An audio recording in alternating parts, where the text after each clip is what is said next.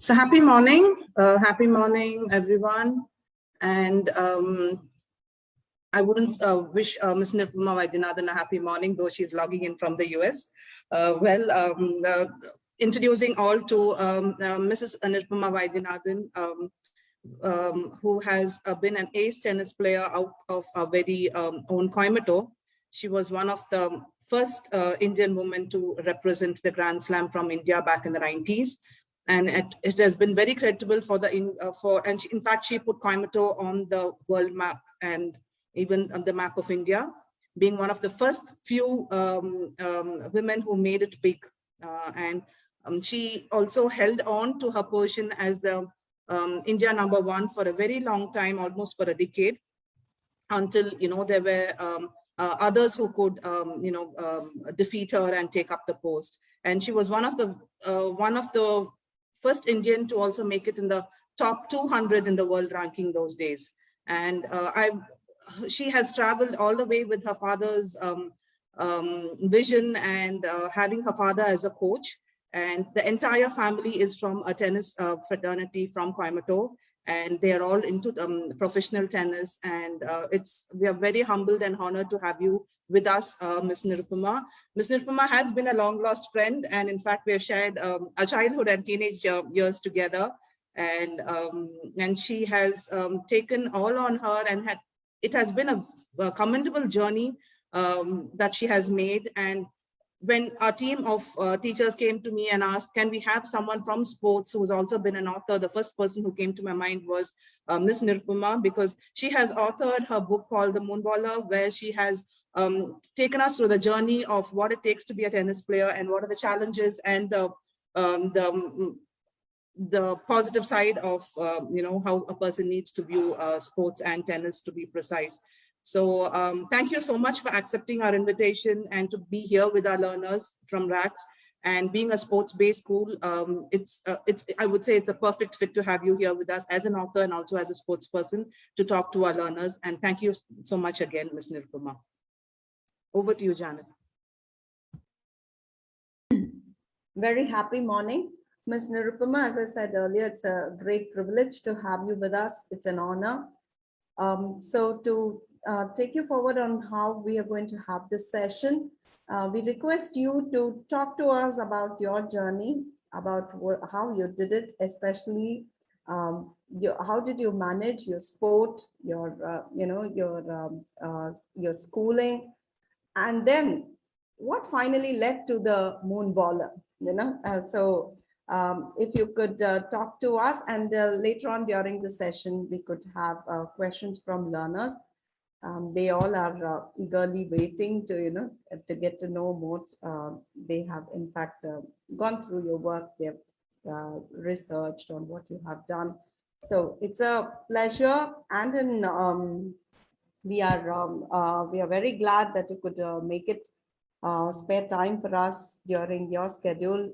We know that it is a kind of evening, probably dinner time for you. Thank you so much, Ms. Nirupama, for being with us, and over to you to walk us through your journey. Thank you all so much for having me. I'm very excited to share my thoughts with the young kids, because this is the best age for you all to be, motivated, hopefully. Thanks to Sweta for, we've known each other for a long time, and to the entire faculty for having me. I'm quite excited. In India, for somebody to pick up a sport, you need to have your parents kind of encourage you in the beginning. It's almost impossible, especially for a sport like tennis, which requires a lot of, you need to be having a certain amount of equipment. You need to have the tennis rackets, you need to have balls, you need to have tennis courts to play. It's not something that you could just go and pick up. It's a sport that requires a certain amount of facilities and equipment, and for that you definitely need some money. So parents' involvement is very important in the beginning stages, and I was very, very lucky to have my dad, who was my coach as well. who introduced the sport to me and my brother, and he coached us all the way. Of course, I picked it up and I was very interested in it, so that definitely helped. But he created, my father was a man with a vision. He not only coached us, he also basically set up an entire environment for us to succeed. So what do I mean by that is, my dad was a member of Cosmopolitan Club in Coimbatore, and a couple of other clubs as well. And all these clubs had tennis courts. So we would basically go and play in the clubs. And he used to also coach us in a private tennis court, which he basically got it from one of his friends to teach on. So he basically created an environment where we were playing tennis morning and evening every single day for about 10 years. I don't recall taking a day off unless it rained. So that's the kind of discipline and that's the kind of routine that we were we were just brought into, and we had to just follow it.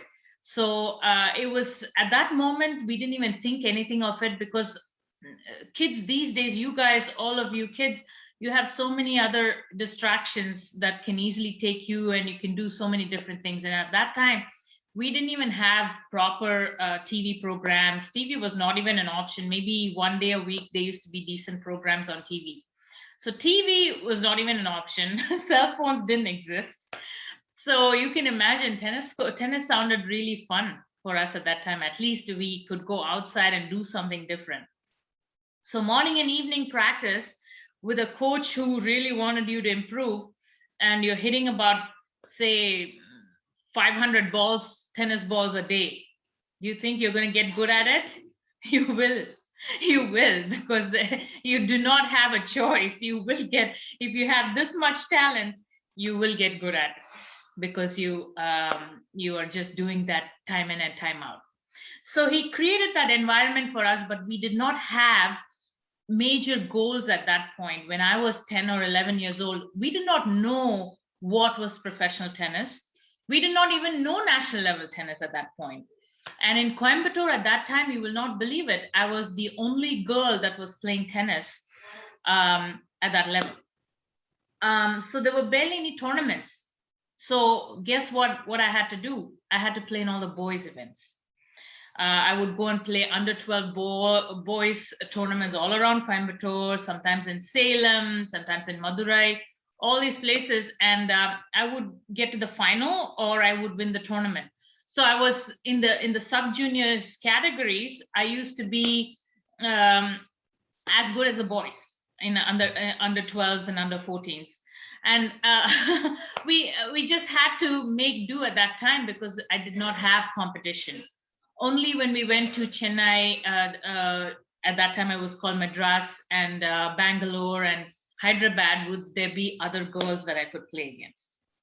So once I started playing some tournaments and I started getting success in the junior level, that's when, my dad could see a vision, saying that maybe I could play professional tennis, maybe I could take it further. My first time I represented India was in the World Youth Cup. It was held in Spain, Barcelona, and I was just 13 years old. So that was my first time representing the country. And then I went on to represent India in Fed Cup games. Then I represented India in Asian Games, Olympics, SAF games. So all these things we got to know that I could play international tennis, and I'd also won the national seniors title when I was 14. So I started getting to a stage when my father had to kind of start thinking about getting sponsorships from here and there, start to play junior Wimbledon, junior French Open, and then go on to the senior tour where, it is actually professional tennis. So there's a very funny story that I had written in my book. I'll see if I can read it to you guys, about how I was questioned as to what was my profession when I was about 19 years old. And I said, I'm a professional tennis player, to somebody in India. And that person asked me, really, what do you do? I said, that's what I do. I just play tennis. That's my profession. And he thought it was a very funny and strange thing at that time. So it was a very it's kind of going against odds, all odds at that point, because nobody is used to professional sports in India at that time, 20 years ago. So that is something that we had to face on a regular basis, especially when we had to go and try and look for sponsors and those kind of things. When I was 18, I was number one in India for the past 4 years at that time. And from 14 to 18, I did not lose a single match in India. So at that time, my dad had to make we had to make a choice whether I wanted to go to the university in US on a full scholarship or play professional tennis. So this was a very tough call for my parents, because most of the people that we knew who played tennis, they all went to US. They all came to the US and they went on to play college tennis. But I did not want to do that, just because I felt like once I was done with college, it would be very hard for me to take up the sport when I was 21 or 22 years old. So I decided that I did not want to go and play college tennis in the US, and I wanted to turn pro instead. So then I started living in Luxembourg in Europe. I lived there for 2 years on my own as an 18-year-old, which was a very challenging experience in general. That also is something that I've written a lot in my book about, the traveling inside Europe, how challenging it was and how dangerous it was. The only reason why my parents allowed me to do that is they didn't realize how dangerous it was. So if they had known, I was in a very good situation in Luxembourg, where I stayed with a family and it was all safe. But the minute I started traveling, there are a lot of things in Europe. It's kind of harrowing. But Europe is the place where I came of age in terms of tennis, because there's so many tournaments. Luxembourg is, I don't know if you all know where exactly Luxembourg is. I'm sure you all kind of guess. It's in between Germany, France, and Belgium. So my access to Europe to play tournaments was fantastic. Within a 2-hour train ride, I was in any place in Europe, and I could play so many tournaments. Every week after week, I could play tournaments. And that really helped my ranking get higher and higher up. And that helped me also as a tennis player improve. So starting with that, that's when I started getting into Grand Slams. I was able to play the Olympics. I was able to play in Wimbledon and French Open and Australian and US Opens because my ranking was high enough. You have to be in the top 200 in the world to be able to play in all these top tournaments. Playing the Olympics was also a phenomenal experience. We got into it at the last minute, and I had to fly from US to Sydney. Sydney 2000 was the Olympics that I played in. And my partner, who was my doubles partner, she was in Europe at that time, and she also flew in from Europe. Last minute, we just got in and we were able to go and compete. Wasn't the best of tournaments for us because we lost in the first round, but it was still a phenomenal experience. So towards the end of, these are all my juniors to professional circuits. And when I was about 23, 24, I had a slight shoulder rotator cuff injury, and that kind of made me not be able to play a lot of tournaments, and I got injured a little bit. And so at that point is when I kind of decided, I'm going to take a little time off and see if I wanted to retire from tennis. So that's what I did. And at 25, 26 is when I kind of retired from playing professional tennis. And when I was, this was in 2013 is the year that I actually wrote the book, The Moonballer. So I think many of you may have read it or heard about it. The reason for me writing this book was because I was at a stage where I wanted to put down everything in writing as to, I basically remember a lot of these experiences, and I felt like many people will gain a lot out of reading these books and understanding how tennis was then.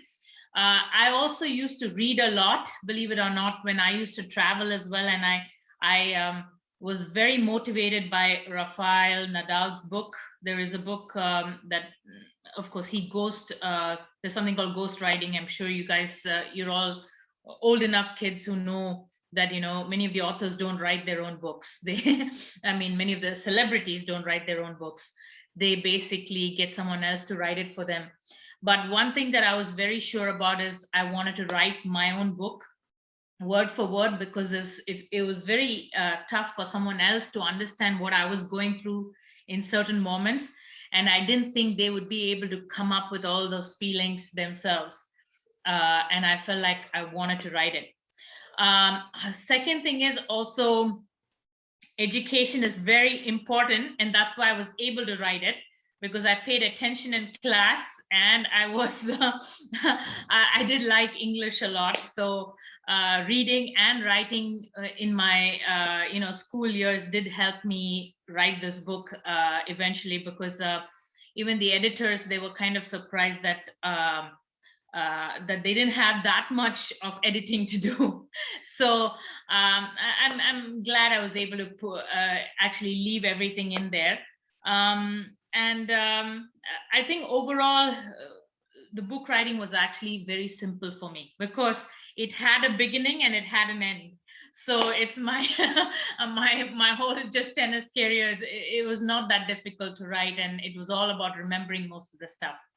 So having said all that, I am open to seeing, what anyone else feels about having read the book or having any questions.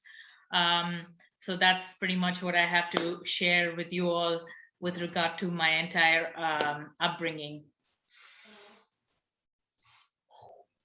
Thank you, Ms. Nirupama. That was, I'll spare my thoughts for the latter part of the our conversation.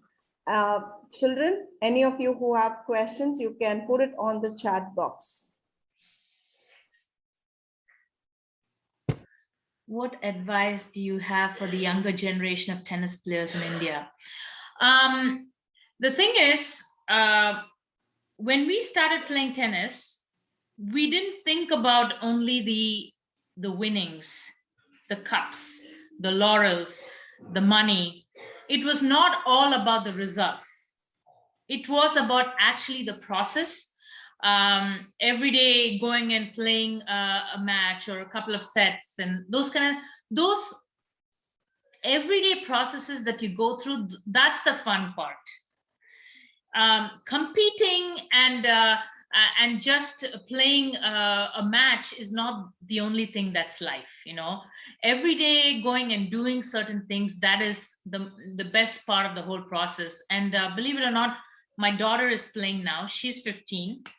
I enjoy teaching her and hanging out with her on the tennis court more than the tournaments. The tournaments are, it's a lot of pressure situations. Winning, losing, anything can happen on that day. It could be windy, it could be rainy, it could be anything.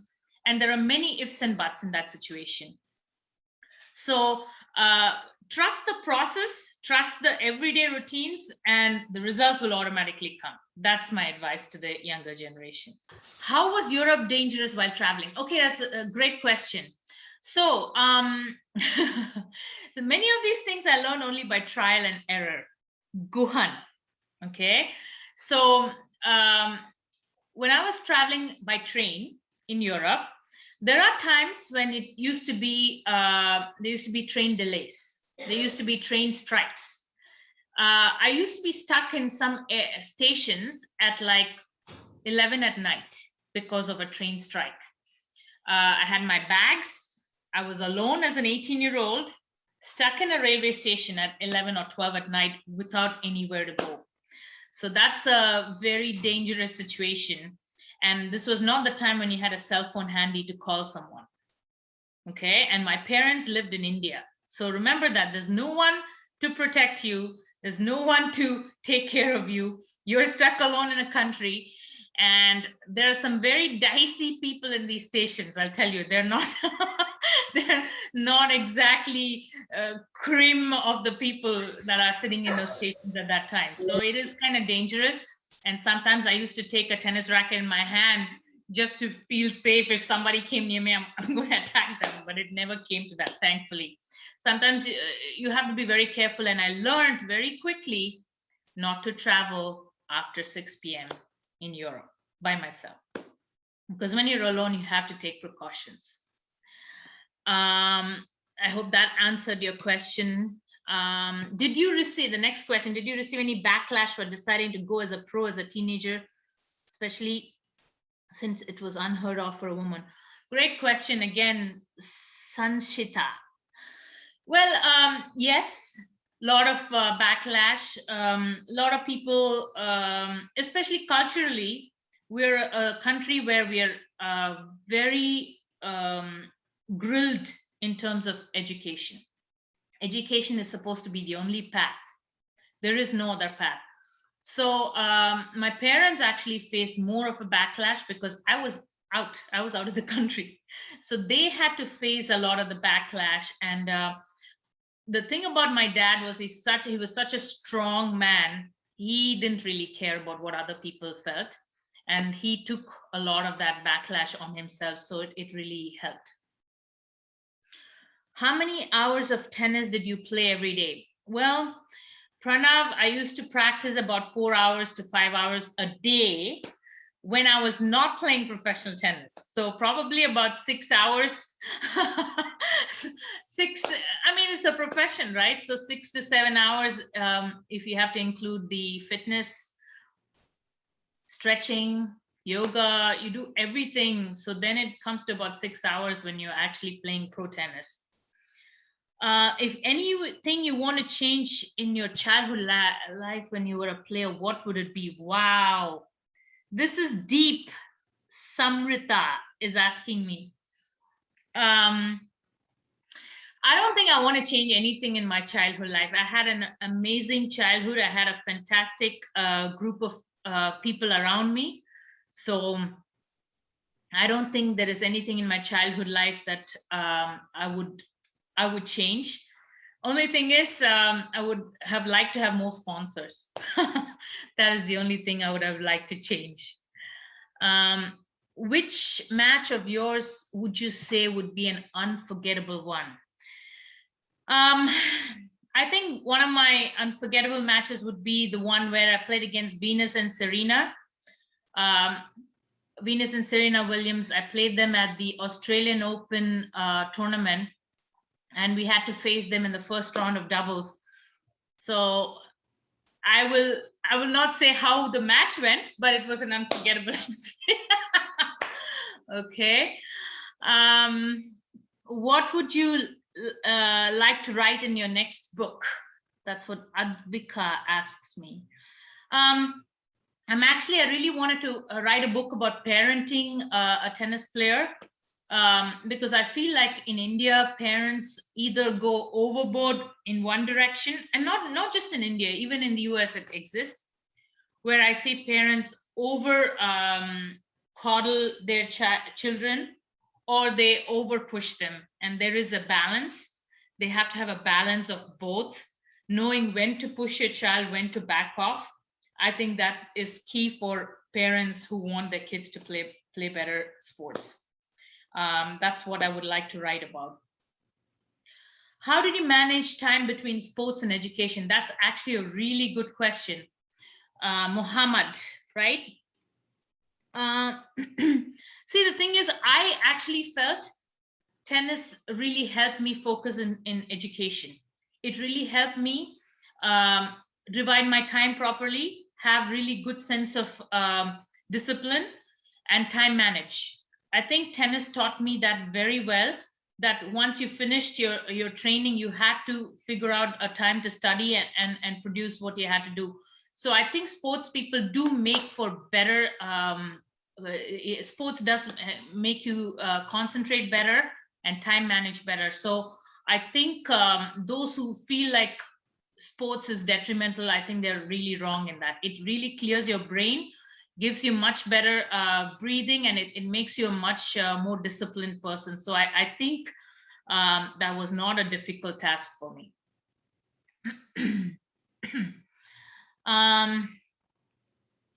If you could tell your younger self anything about writing, what would it be? Okay, Harshita. Pay attention in class. That's what I would tell, because the grammar is very important. If you don't have grammar, you are not going to go anywhere with your writing. So pay attention to the grammar class. That's what I would tell. Guhan again asking me, which was your first match I won? Very, very early on. I do not remember it. It must have been a local tennis match that I played in Coimbatore. I do not recall the first match that I won. Which of your opponents have been the hardest to beat? I would say Serena and Venus Williams are quite up there, which would be very hard for me to beat them. How do you feel, Nidarshan? Is this the first time you won? I don't know what you mean by that, buddy. When was the first time you won? It must have been a local match that I played. I do not remember it, unfortunately. I must have been about 8 or 9 years old when I first played that under 10 tournament. Okay. Next question. How do you feel when you achieved the title of being the first Indian woman to win a Grand Slam? I did not win a Grand Slam entirely. I won a match in a Grand Slam. It was a great feeling, because the thing is, in India, when you come to that stage, you come because of having to overcome a lot of odds. So it really is a real surreal feeling when you have done what nobody else could do before you. It's definitely a very nice feeling.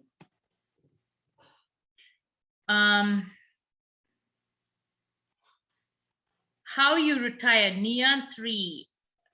Can you give information about how you retired and why? Mainly because of 2 reasons I retired, Nia 3. Is because one was my shoulder was giving me problems. And number 2 was I was also starting to get very tired of traveling. I was traveling about 40 to 50 weeks a year. And I was getting very tired of it. I wanted to kind of be in one place. And I was done with traveling, and my shoulder was bothering me. So these are the 2 main reasons why I retired. What is the first book that made you cry? Oh my God. I mean, the thing is, I do cry a lot whenever I read about something that motivates me. So I would say that, Nadal's book was very, very motivating to me. There was a time when I read Lance Armstrong. He was a cyclist.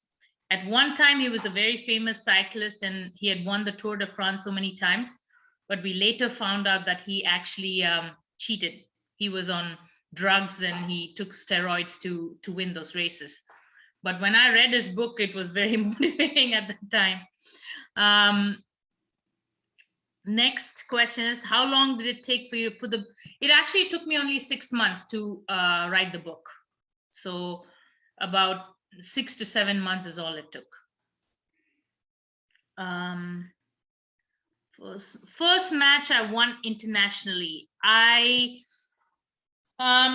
Probably my first match was the one in Barcelona in Spain. That's the first time that I won as a 13-year-old. So that was my first tournament. Adiv writes, why did you choose the title The Moonballer for your book? Moonballer is actually a metaphor. It's a kind of style of tennis. It's basically lifting the ball up high on the tennis court. And it's a kind of style that people do not like to play against. So I used to do that a lot when I was younger. I used to lift the ball up high, and I used to moonball the balls, and people used to get so mad, and they used to end up hitting the ball in the net. So it started out, it's a metaphor. So I started out as a moonballer, but by the time I finished, I was a serve and volleyer, and I was an aggressive style. So it's basically to say that you don't have to, you can start wherever you want, but you don't have to finish there. Nirupama, what would your advice be for parents who are, parenting sports children, and in regard to the expectations and balancing out sports and academics? Yes, that's a great question, Shweta. The thing is, number one thing is, first, as I mentioned before, to let go of the results. That's number one. Number two is also, my dad was absolutely fine with me getting 70% or 75% in grade 7 or grade 8. Okay. Every test didn't need to be 100 out of 100. So he was okay with me performing fairly well in studies and fairly well in tennis. So it has to be a balance until you are, say, in at least 9th grade. It doesn't have to be perfect all the way through. So it's a very insane expectation to have, like, somebody who's like scoring 100 out of 100 in this and doing this and doing that. I mean, the expectations have to be a little bit more, normal. I think parents have to understand that kids also go through a lot. They themselves have peer pressure these days. And we don't even need to put pressure on them. They will make sure they put enough pressure on themselves. So I think the parents need to kind of back off a little bit. Of course, each child is different. Some kids need a little bit of needling, some kids don't. So, but in general, to play a sport and to play a sport at a higher level, it is a balance act. We cannot just give up studies. We cannot just, many parents come and say, I want to pull my child out of school right now. Which grade is he in? 5th grade. I mean, this is too early for a child to be pulled out of school. I mean, are you going to play 8 hours a day when he's in 5th grade? You're not. So then his body won't even take that kind of training. So we have to have a balance. And until 8th or 9th grade, the kids need everything. Maybe after that, the biggest problem in India is the 10th and the 12th. Everybody just thinks they have to skip everything and only focus on studies. I feel like, the thing about my dad was he allowed me to play tennis the day before my public exam. I had public exam the next morning, and I was in Cosmopolitan Club playing tennis. It was not for a long time, but it was just for half an hour to clear my mind. And, some exercise that helped me focus. So I think parents need to start understanding sport can actually help the studies also, so it's a balancing act for sure. That's something that we try to, inculcate with the learners and the parents. And it's really nice to have it coming from you, and which would have a better impact on the parents. And I'm really eagerly waiting for the release of your parenting book for the parents as well, because that's the need of the hour. Parents try balancing sports and academics is something that we've been trying to do, but parents always have the reservations. What if my child is not able to make it big in sports? What happens to his career? But I'm sure with the balancing, it could be fruitful either ways. So correct. Thanks for that input. Yeah. So any more questions coming up, Ms. Janet? Would you like to take it up? Yeah, just one question which was there from one of our learners. Did you miss out on your teenage, because you were practicing a lot, you were a lot out on the courts. So did you miss out much of your teenage? The thing is, you do have to. Unfortunately, there are birthday parties I've missed. There are some fun things that I have missed. But in the bigger scheme of things, if you want to achieve something greater in life, sometimes you have to make sacrifices. And it is something that I'm being honest. there is no two ways about it, and I tell that to my daughter as well. Sometimes you have to make those sacrifices if you want it. If you don't want exactly. it, then it doesn't matter. But if you're looking to play top level of any sport, you have to make sacrifices, and some of them are tough, but it has to be done, you know. I do want to basically just take one more question, which says, with the internet and social media taking over the next generation, what would be your advice to stay put and focus on one's goal? Which is very, very nice question. I don't know how you thought about this, Reenu Karthik, but it is something that is really difficult for all you teenage kids nowadays. My advice would be to reserve some time for this social media. Keep that time for you, maybe half an hour, whatever it is, and make sure you don't do it the rest of the time. If you keep being on the phone the entire day, then it takes over your entire life, and you have no time for yourself or to do whatever you want to do. But I'm not saying don't do social media.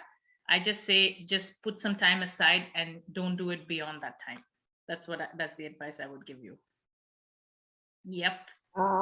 One last question, Ms. Nirupama, because Yes. it's, I feel it's from a learner, and from that perspective, it's important. The question is, have you ever thought about giving up? Not as much. I mean, giving up while I was playing on tour. Is that the kind of question? Yeah. No, I didn't. So the thing is, my injury was the only thing that bothered me quite a bit.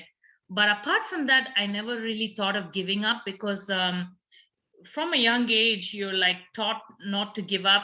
You come from a tough background. You come from,